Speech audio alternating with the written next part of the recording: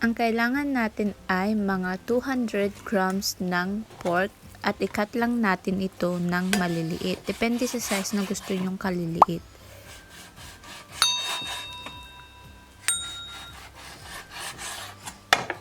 Pagkatapos nyong i-cut na maliliit, kumuha kayo ng kaldero at ilagay dito ang mung beans or munggo.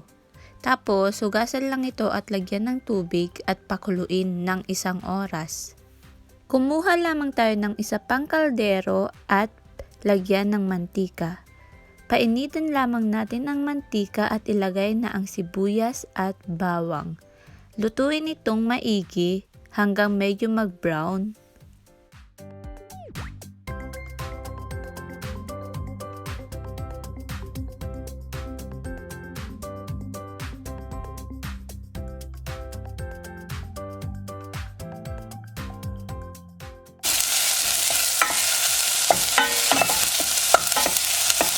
Kapag medyo okay na ang ating sibuyas at bawang, lagay na rin natin ang karne. Lutuin lang natin ito ng 5 minuto.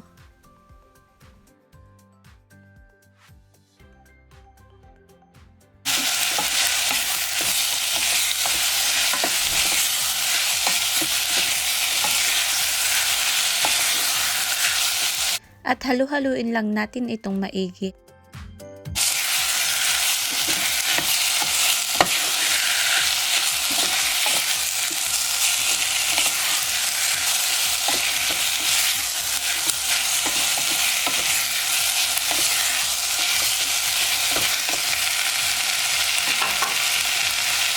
Pagkatapos ng 5 minuto, ilagay na rin natin ang kamatis.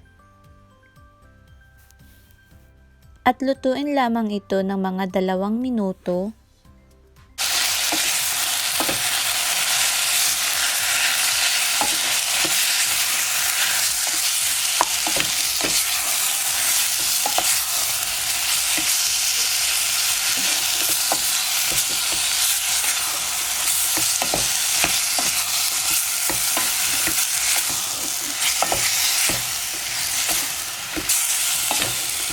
Pagkatapos halu-haluin, takpan ito at buksan ng mga ilang minuto.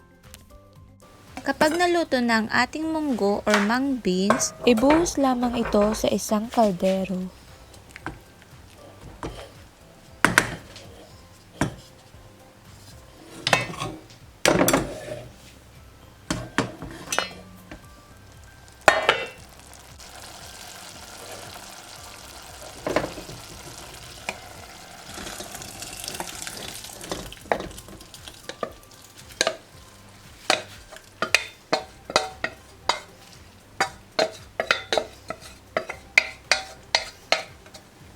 Haluin muna natin itong maigi para mag-mix yung ating mga ingredients.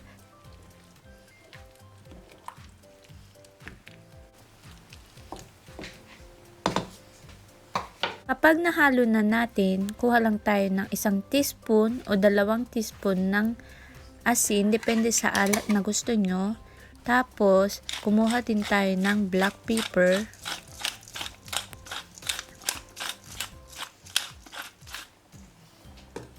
At haluin lamang ulit ito.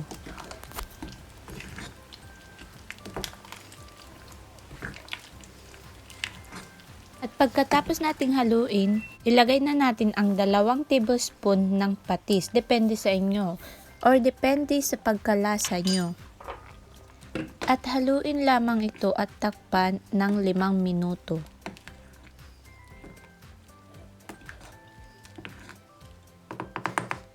Pagkatapos ng 5 minuto, ito'y buksan muli at ilagay na ang kale.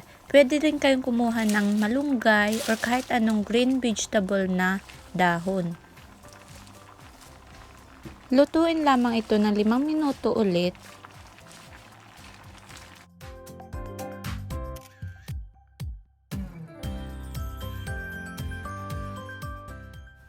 Takpan lamang natin ito ng 5 minuto at buksan natin pagka 5 minuto.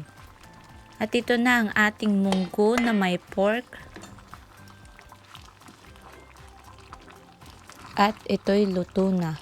Ang ating munggo na may pork.